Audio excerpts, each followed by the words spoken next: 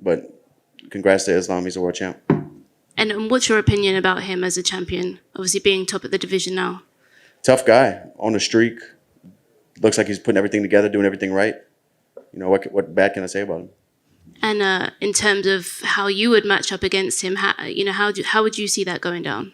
I'm not sure. Saturday's first things first. You know, and then we'll start looking at matchups.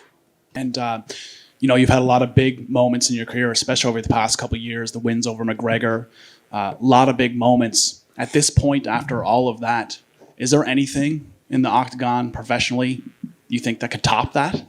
Become an undisputed world champion. You know, it's the highest of the high. That can top all of those. Does a title shot, does that matter to you? Is that still the goal, and is that what you would like to see next for yourself, or is it too early to make a call like that? I mean, that's the only reason I'm fighting. When I started fighting was to be the world champion, to be the best in the world, undisputed. But we got to see. I got to get home and see what makes sense with my coaches and my wife and my management, and just see what's next. I don't know, but yeah, that's. I mean, I've done a lot in the sport. I'm not trying to, brag or be boastful, but I've done a lot in the sport, and I've been fighting for a long time.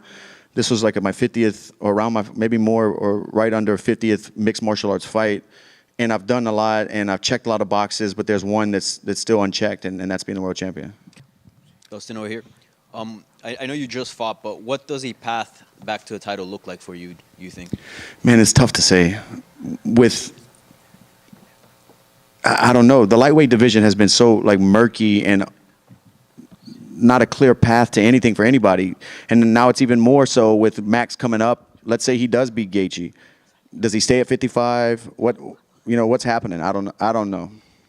I don't know what's next for me. What opponent makes sense? Who's available? There's a lot of questions. And I don't know.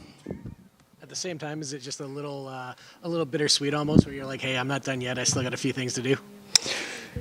Yeah, like I've said before, I have tread on the tires, and I think I can beat a lot of these guys. I can compete with the young guys. I can beat anybody in the world, I feel. We'll see. I don't know. I don't feel like it's... I'm 35. This is my 30th fight in the UFC, so we'll see.